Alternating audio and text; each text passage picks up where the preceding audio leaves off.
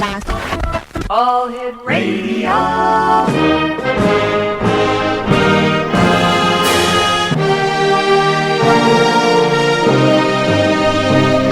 Welcome to the X Zone, a place where fact is fiction and fiction is reality. Now, here's your host, Rob McConnell.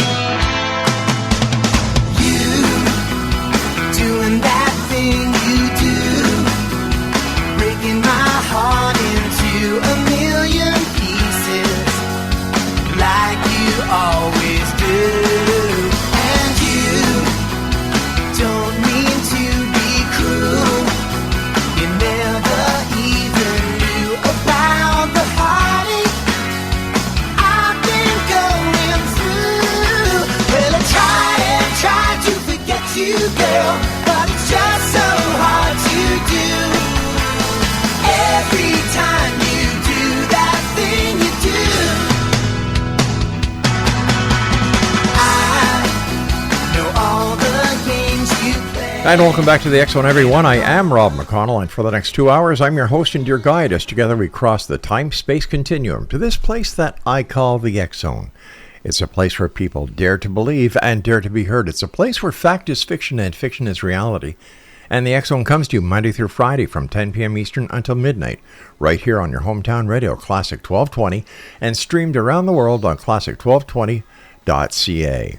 Exonation, my guest tonight is Kathleen Marden. We're going to be talking about the most famous alien encounter and abduction experience that goes back to the 60s, and I'm talking about the Betty and Barney Hill UFO experience. Joining me now is Kathleen Marden. And Kathleen, welcome back to the X Zone. Always great talking to you.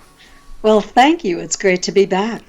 Kathleen, for the listeners who may not, for some reason, have heard about you and the Betty and Barney Hill UFO experience, can you take us back in time and bring us up to date?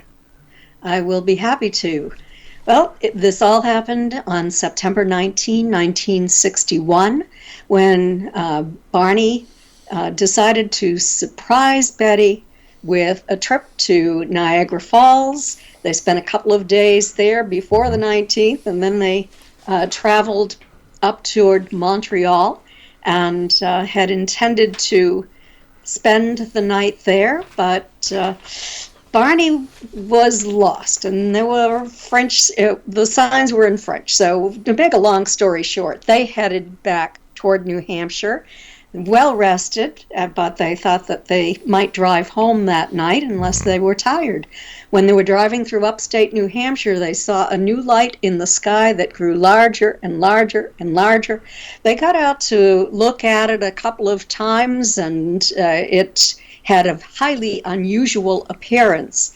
But as they entered Lincoln, New Hampshire, this is just south of Franconia Notch on Route 3, this craft surged ahead of them and stopped over the highway, just to the right side of the highway, but extending partly onto it. So Barney had to stop the car in the center of the road in order not to be directly underneath this craft.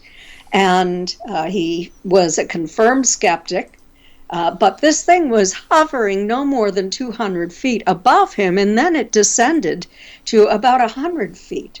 He took his binoculars, got out of his 1957 Chevy Bel Air, left the door open, the motor running, and looked up at it.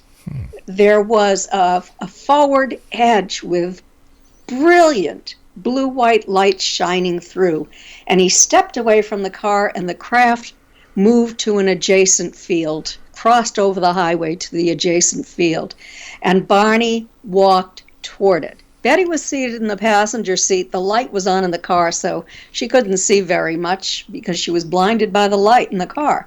But Barney walked to the field, and there he looked up at this craft, and he saw what he reported to Walter Webb the following month were entities dressed in black, shiny uniforms that were somehow not human. Almost immediately, they wrote to NICAP after Betty checked a book out of the library. It was the first one she'd ever read on the topic, and the address was there. They also reported it to Pease Air Force Base. Barney saw these non-humans. He became terrified when things started to happen. Little fin-like structures slid out. All but one moved away from the window. Their arms went up. Something started to drop down out of the bottom of the craft.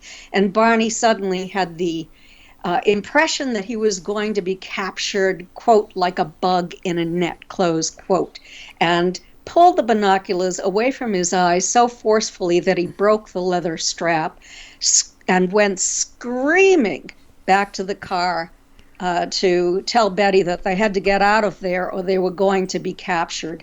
Betty heard his feet pounding on the pavement as he was running toward the car. And he looked as he was entering the car and saw this craft heading in his direction. He put the car into gear and went speeding down the highway as fast as he could. But within a very short period of time, he and Betty heard a series of code-like buzzing sounds striking the trunk of the vehicle. And they started to feel sort of an electrical tingling sensation in the car, in their bodies. Betty felt of the metal to see if she'd get an electric shock, but she did not. And then the next thing they knew, as if only a moment had passed, they were 35 miles down the highway. They heard a second series of these buzzing sounds. The tingling was no longer there. They began talking for the first time since the first series of buzzing sounds. And they returned home with some vague memories. When they returned home, they also found spots on the trunk of the car in the area where they'd heard those buzzing sounds. They were shiny, all about the size of quarters or half dollars. And when Betty held a compass over those spots, the needle rotated rapidly, indicating a magnetic field around the trunk. Now, remember, this was not a Volkswagen, so the motor was up front. Yeah. There was no reason why that needle should have been reacting that way, except for that there was a magnetic field there. Also, they had their memories of encountering a roadblock, finding themselves on a dirt road with tall trees all around. Betty noticed that her watch had stopped running, and so she went into the house and set the watch, and I still have that watch. She set it for 5:16 a.m., and when I give lectures, I show that watch. The watch never ran again. That's why I show it, and nor did Barney's, as I understand it. Her dress was torn in several places. The hem was torn down. The lining was torn from waist to hemline. The zipper, at the top of the zipper, there was a 1.5-inch tear in the stitching. There was about an inch tear in the thick zipper fabric itself, as if somebody didn't know how to operate a zipper and just tried to pull it apart.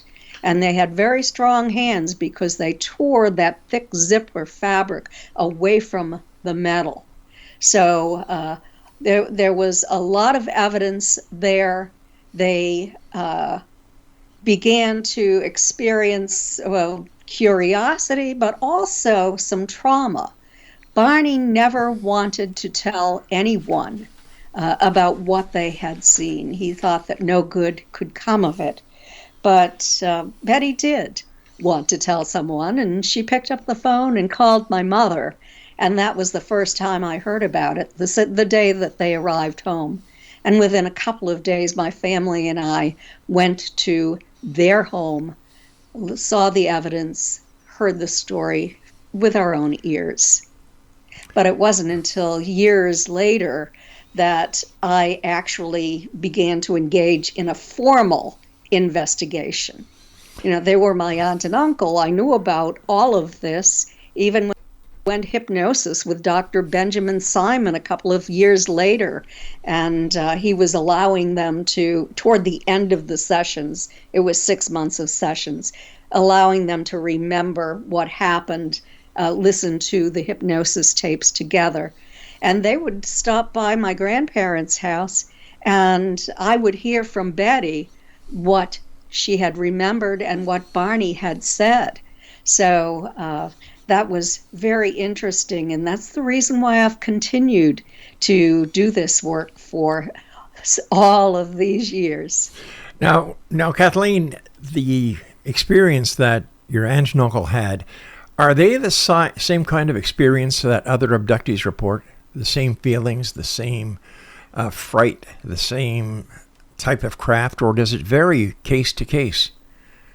Well, most people, regardless of whether or not they have a pleasant experience or one that doesn't scare the wits out of them, are initially traumatized because they don't remember everything that happened. And what they remember is the most frightening part of suddenly having this non-human intelligence in their environment and they're being taken against their will. So the Bettys and Barneys, what happened to them is pretty much common to what other people undergo, but today, not as, I think that it's slowed down. Yeah. I don't think that as many people are being taken as there were historically. But people undergo much more today. Really? Than they did back when they took Betty and Barney. How many years have you been investigating the alien abduction UFO experience? Formally since 1991 when I joined the Mutual UFO Network.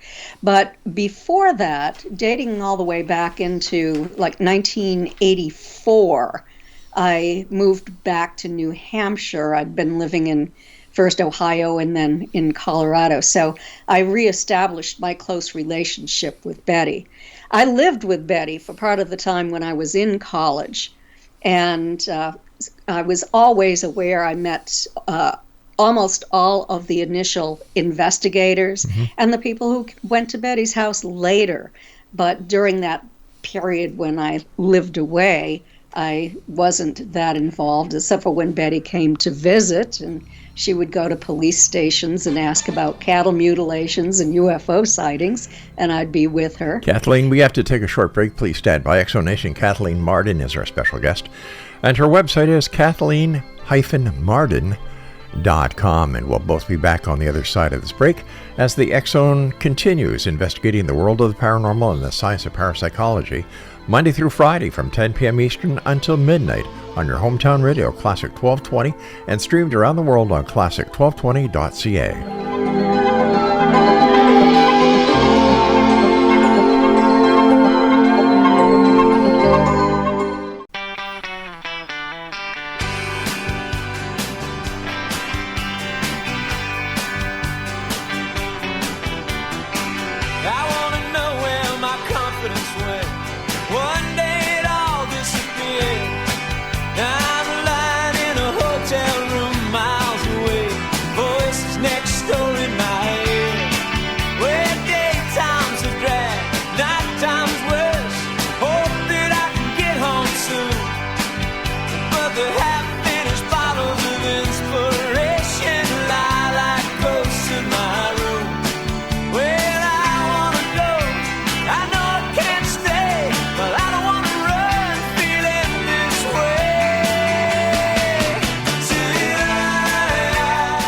Exonation Kathleen Marden is our special guest this hour. www.kathleen-marden.com. Kathleen, when you first saw your aunt and uncle after their experience, did you notice any changes in them? I absolutely did. Well, the first time when I went to Betty's and Barney's house with my parents and my brothers, we were told that we should not bother Barney. My father sat and talked to him quietly in a corner of the room Barney was waiting for a call from an officer at Pease Air Force Base. He'd already spoken to them, but they wanted to speak to him at greater length. Mm-hmm. And my father later told me that Barney was very clear about the non-humans that he observed on the craft, that this was not revealed through hypnosis for the first time. He had a clear memory of this. We talked with Betty, and so we were in a separate room with her, and where she explained everything again to my mother, and for the first time directly to me and my two brothers. We saw the watch that had stopped. All these questions that she had in her mind. She took us out to her car, and we looked at the spots, those shiny new spots on the trunk of the car that had not been there the previous day before they had the experience, and that appeared to have a magnetic field around them because of what the way that the compass needle moved. Right. So Betty was highly curious. She wanted to learn more, as much as possible. Barney's attitude was he would talk to the Air Force about this. He would talk to a UFO investigator about this, but this was never anything that he ever wanted to make public. He wanted really just to forget about the whole thing. And Betty as well, because they had a lot to lose. That's why they didn't want it to go public. Betty was a social worker for the state of New Hampshire. Right. Barney worked for the Postal Department, but he was involved in the civil rights movement, and he was on the state, the local NAACP. He was legal redress there, and also on the regional board of the NAACP. So, they were active in the community, and he did not want this to be made public. They could lose their reputations, and they had very good reputations. Isn't this the case with most alien abductees, that they want to keep it private because they don't want the ridicule or the undue public opinion, or the way that public would look at them after having such an experience? And personally, I think that's a shame, because what these people experienced changed their lives forever. It did change their lives, and the ridicule factor is something that it really bothers me. And that is why more recently I became a support person for experiencers. Initially, when I started in MUFON, I was a cold investigator, nuts and bolts investigator, and I had to make case dispositions based upon the amount of evidence and the credibility of the witness, that sort of thing. But over time, more and more experiencers of contact, people who were traumatized, came to me. And what I noticed is that, and what they told me, is that they had been interviewed by other investigators, and they were doubt was expressed, or sometimes they were told they should see a psychiatrist. And these people were further traumatized. And I didn't think that was right. It's not. I didn't think it was ethical. It's not. And then you had, of course, the debunkers, so that if it becomes public, then you have professional so-called skeptics who launch ad hominem attacks against you. They invent a new persona for you so that you become a completely different person than you actually are. And they want the public to believe that you're a little nutty and that you have no credibility whatsoever. And then they take apart your story piece by piece and they rewrite it. And when they rewrite it, it doesn't sound precisely like what occurred, and they put in a lot of speculation. And, that is the reason why I really have continued to do what I do, because I care about my family. I care about other people who have had these experiences, and we need to listen to them. They need our support, not ridicule, not defamation of character. Mm-hmm. Over the years, Kathleen, there have been many people who have shared the airwaves with me, and I've had my share of people who later on it's discovered that they, in fact, just made up everything because they wanted their little 5 minutes of fame. But when you have people like your aunt and uncle who were solid citizens, well respected, had no motive for concocting this story, and there's other people like that out there too. I don't understand why there are those out there within the community and even within various UFO organizations who will nitpick what they have said and come up with their own storyline. Yes, I think that they are attempting to be scientific, mm-hmm. but they don't really understand what being scientific means. They can be overly skeptical for that reason, and they are concerned that someone might ridicule them if they are not overly skeptical. So I do know, I've caught people creating a hoax, mm-hmm. and in one case, that individual had to be reported to the police. And the law enforcement went and visited the home because of the questions, because of the false story that he set up that involved allegedly a missing woman who was taken to Kraft and disappeared. And none of it was true, but then it became a crime scene. So generally the people who simply invent these stories so that they can get a little attention regret it in the end, because we find out who they are and we expose who they are, and they never make a penny off it. This is not a field that is well endowed with the funding. That certainly isn't, no. It appeals to a small percentage of the population. So if you're going to write a book about it, most people do not have New York Times bestsellers. Most people's books, might sell a few thousand books.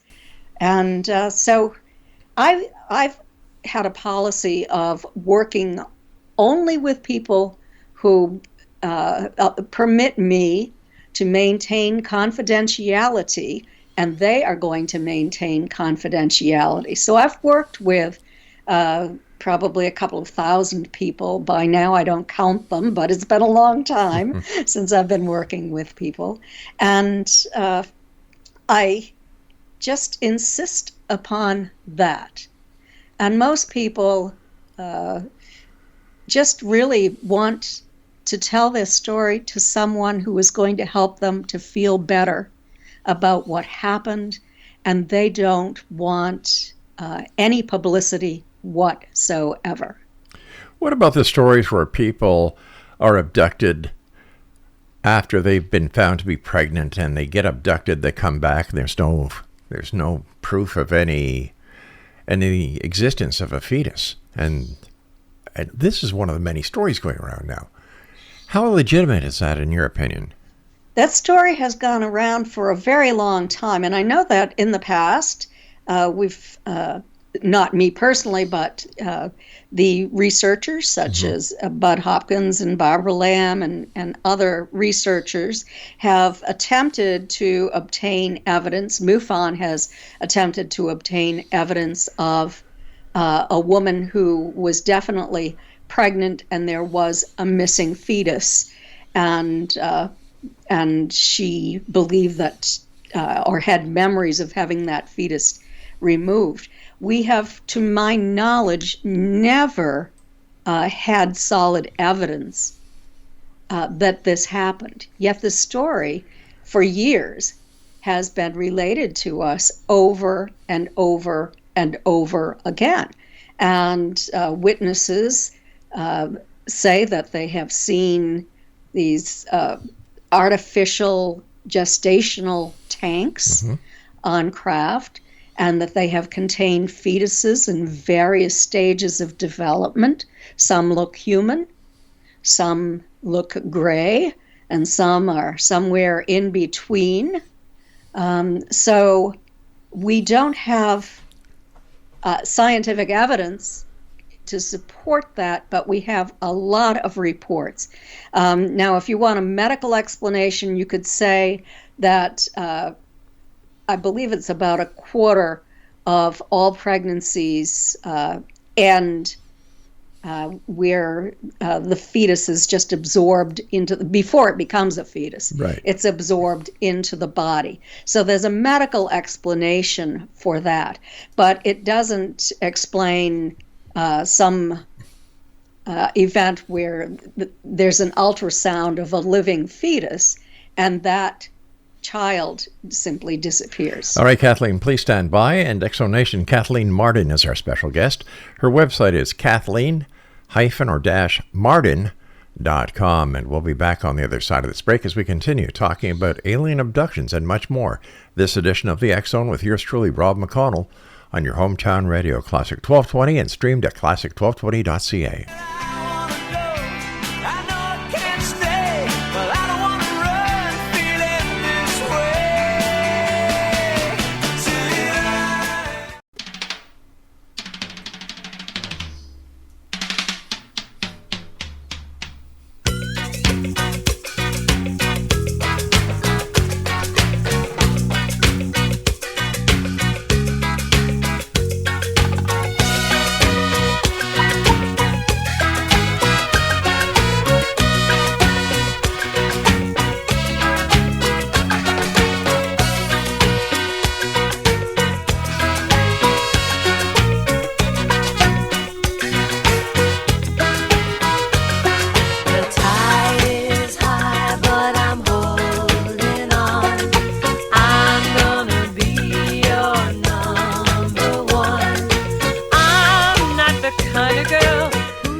Welcome back, everyone. Kathleen Marden is my special guest of this hour here in the X Zone on your hometown radio, Classic 1220. Kathleen, what role did Dr. Benjamin Simon play in the investigation of your aunt and uncle's case? Well, my Uncle Barney ended up being referred to Dr. Benjamin Simon because Barney had developed bleeding ulcers. This was very traumatic for him. He had a lot of anxiety over his memories of what occurred. And he ended up in the hospital with bleeding ulcers. So, and traditional medical treatment didn't take care of the problem he had. So he was referred to Dr. Benjamin Simon.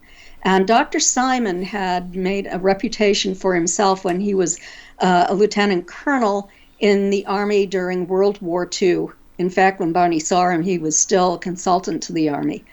He had developed a type of deep trance hypnosis that worked successfully with veterans who were returning from the war with what we think of as shell shock or conversion hysteria, that sort of thing. So conversion hysteria is where you have a life-threatening event and it, instead of just it manifesting emotionally, it manifests physically as well. And so that's sort of the same kind of thing that Barney had, that he had this highly traumatic experience and it manifested as these bleeding ulcers and high blood pressure, other things. And he had to take a leave of absence from work because of it. So Betty went with him. Dr. Simon was a real expert in his field, a psychiatrist who was in Who's Who in America among his peers, the president of psychological associations, that kind of thing. And he took Betty and Barney separately for hypnosis. Betty wasn't going to be his patient, but she asked.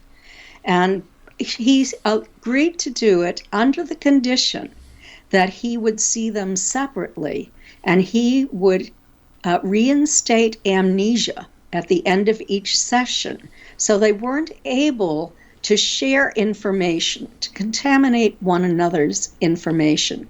And at the end, he said that he's glad that he did that because at times, both of them were so traumatized by that experience that if they remembered it immediately, it would have increased their level of trauma.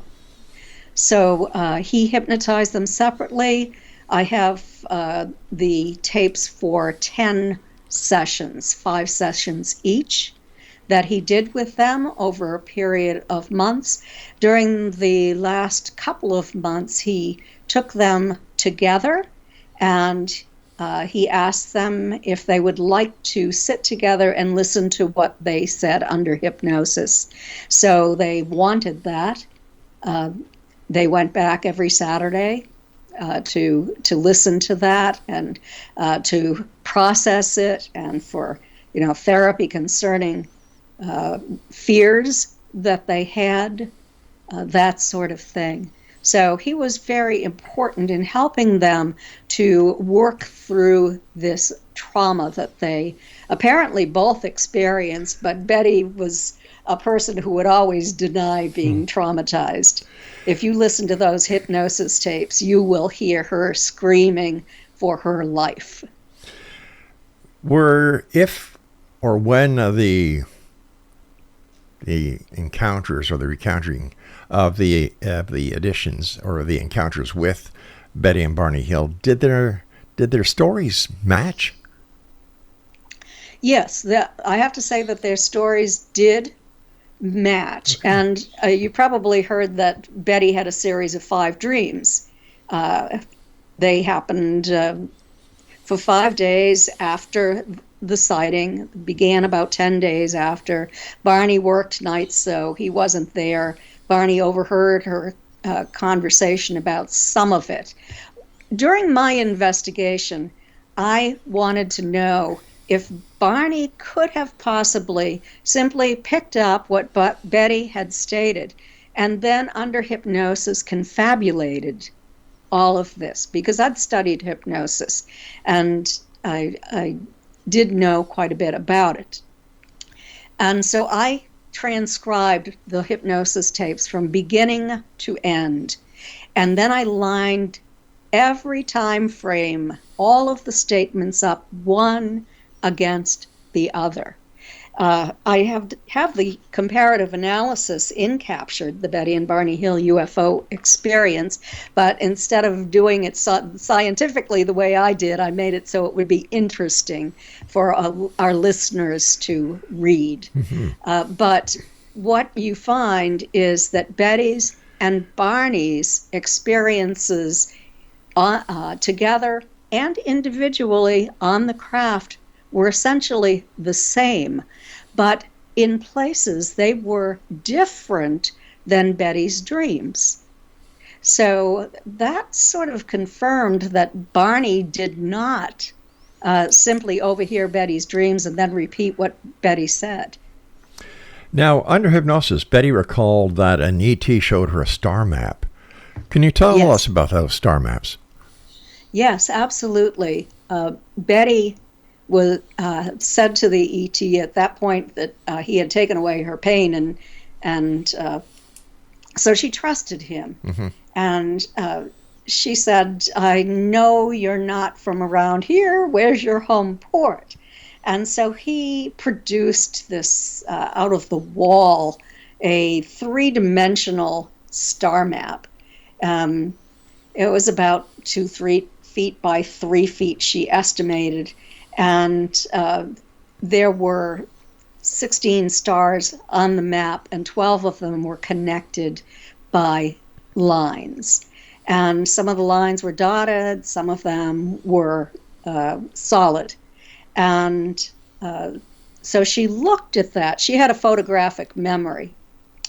She looked at that, and under hypnosis, Dr. Simon asked her to go home and sketch that map from memory if she could do it without causing herself too much emotional grief, and if she could remember it accurately. And that's what she did. It appeared in the first book that was written about their case, and an amateur astronomer, a brilliant woman, she was a member of Mensa, Marjorie Fish, from Ohio, saw that map in the first book. It's also in my book. And she went to work to try to identify those stars. She thought that, well, she was skeptical, but she wanted to see if this place actually existed in our galaxy. So she went out 54 light years. She had to go to the university. Remember, no computers in those days. Yeah. And she had to hand copy the distance data and all of the characteristics of those stars. Were they sun-like stars? How large were they? That sort of thing. How old do we estimate they are?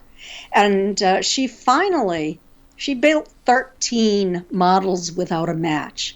But then, a few years later, there was a new Gliese catalog that was released, and it had better distance data in it because we have had made technological progress. So she built a 14th three-dimensional model, and there she had a match. And the interesting thing was that all the patterned stars were sun-like, though only 5% of the stars in our local galactic neighborhood out 54 light years are sun-like, and all the sun-like stars in that volume of space were on Betty's map. The pattern makes sense, nearest star to nearest star. And so this brought a lot of scientific interest, and also a lot of criticism. And then there was this was a student, a graduate student in astrophysics, who did an update on this. But only instead of doing hand-built models, she used computer models, 2,289, Hipparcos, Catalog, and Celestia, and the digital universe on the computer. And what she discovered, this was 2013, that the fish model is the closest match of the nearest stars in our galaxy, out 54 light years, 89% accurate. There might be two stars that are a better fit. And she wrote, a clear pattern of exploration emerged based on what we know about exoplanets and the ability to remotely detect potential life-bearing worlds. And that seemed anything but random. Furthermore, it was based on information that was not known to anyone on Earth in 1961, nor until recently. So how could anybody deny the fact that Betty had this knowledge, that she brought it back with her from the encounter? And how can they say that it's anything else except the truth? No rational person could. Yeah. And yet there are those people, I believe, who still debate the accuracy or the credibility of the map. Absolutely. It's still being challenged, and people are still creating fabrications of what actually happened and denying the evidence. You and I have to take our final break, Kathleen. First of all, thanks very much for coming on the show. It's a great pleasure talking to you, as it always is. And there are many of us out here who thank you and the other people at MUFON for the work they do in trying to help clear this truth embargo and get down to the core of what this phenomena is, and why there are so many people out there who are naysayers, and including those within the governmental ranks. So hats off to you and MUFON. Exonation, I'll be back on the other side of this break as we continue our investigation into the world of the paranormal and the science of parapsychology here in the X-Zone with yours truly, Rob McConnell. Kathleen Marden is my very special guest, and Kathleen and I will be back on the other side as we wrap up this hour. So whatever you do, don't go away.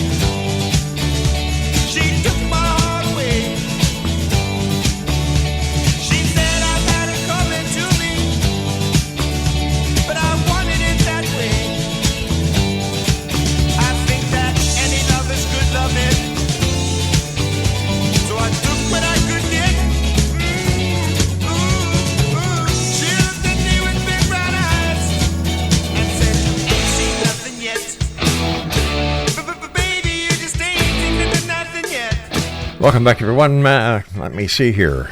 Monday, what's the date on that, Craig? Monday, the 18th, March. Check out our website, www. You got all that? That's really hard to remember, right, gang? www.xzoneradio on Classic 1220.ca, and we'll have something special for each and every one of you who go to that site. Once again, www.xzoneradio on classic1220.ca. Kathleen Marden is our special guest. Her website is kathleen-marden.com.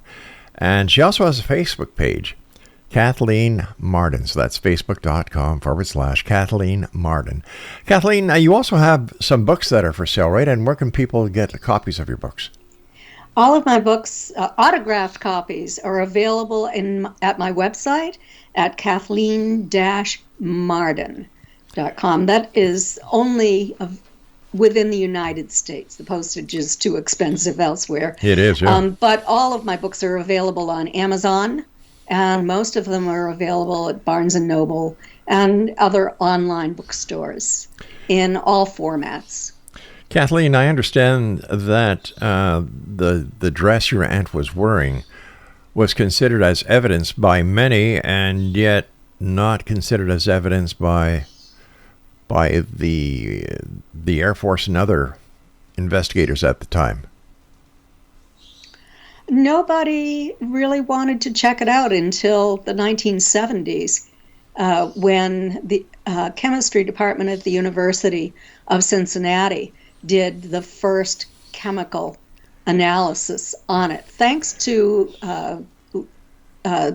Lou Stringfield and Leonard Stringfield. I'm sorry, haven't said his name in a long time. And so they did their first analysis, and they said that they found anomalous findings on it, that the white on it was strange in relation to its inorganic elemental compound, high in organic hydrocarbons. There have been many, many more laboratory analyses, but there have been a couple of new ones that I hope I'm going to have time to go through with you, because this is, I think, undeniable evidence. And the first, because I have always looked for scientists who would do more analyses on Betty's dress, because when I send a sample, it's only about a half-inch square. Sure. It's only a tiny piece from some little part of the dress. But I sent Dr. David Soriano 3 pieces. He's a tenured professor of chemistry at the University of Pittsburgh in Bradford, and he had been teaching there for 35 years when they carried out this testing. And what they discovered was that there were 3 metals on that dress. They are selenium, tellurium, and rhodium. And selenium is a rare poisonous element that was used in oil-based paints in the 1950s. That should not have been there. But they were amazed to find the other 2 because tellurium is extremely rare in the Earth's crust, but is far more common in the universe. And it is one of the rarest stable solid elements on Earth. And rhodium is one of the rarest, most valuable precious metals on Earth, with a higher melting point and lower density than platinum. So there was no logical earthly explanation for the presence of these rare elements on Betty's dress. How did these elements get on her dress? I suspect that when they dropped that dress onto the floor of the craft, it happened.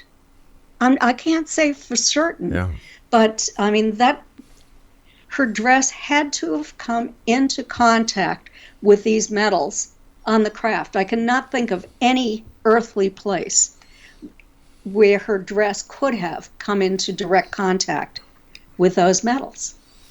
What other findings have been established during more recent research and scientific investigation? Well, I was doing a television program and with Ben Hansen. He used to work for the FBI. He's on a lot of TV shows now as a commentator. And this was up at the University of New Hampshire, where I set up Betty's and Barney's archival collection. I'm the trustee of their collection and estate. So Ben and I were examining the dress and being videoed for the television show. And he decided he wanted to look at the inside of the dress, at the lining itself. And so we looked it over, and I had sent some samples from the back, and they were only spider blood. But then there was what looked to Ben like blood on the front of the lining of the dress. And he examined it, and it did not leak through to the outside. So, in other words, it wasn't something Betty spilled on the outside of the dress that leaked through to the lining. It came from the inside, from her body, onto the lining, but not onto the dress fabric itself. So that made us both very, very curious.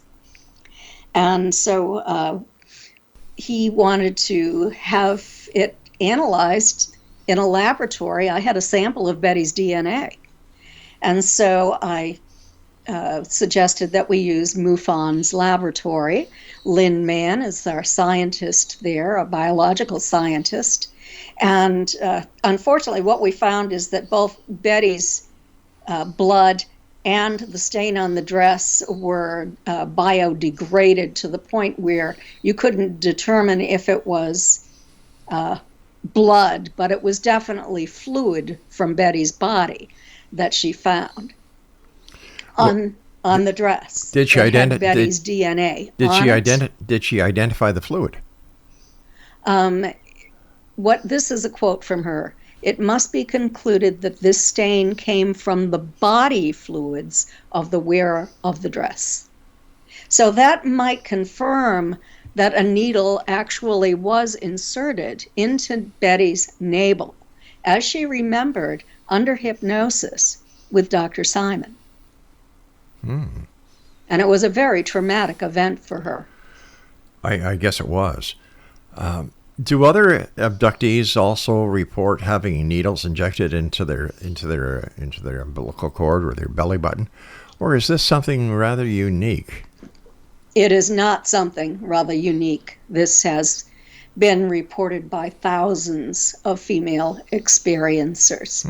The same female experiencers who, a lot of them recall having these hybrid babies handed to them later on.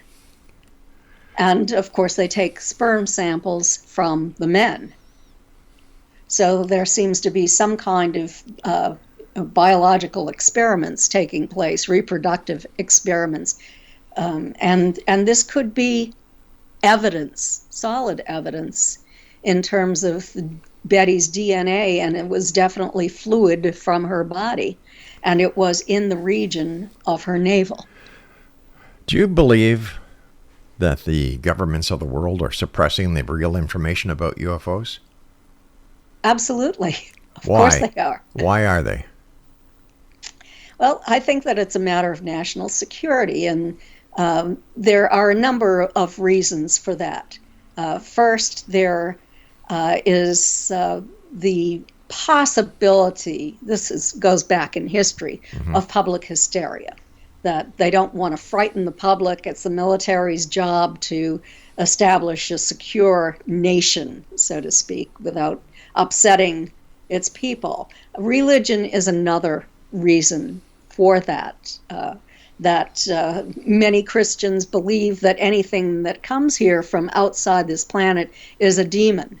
So they are very frightened of the religious implications of all of this. How can they say that when the same people who would be claiming that anything that isn't on this planet is demonic, when angels aren't from this planet and they believe in them and they're not?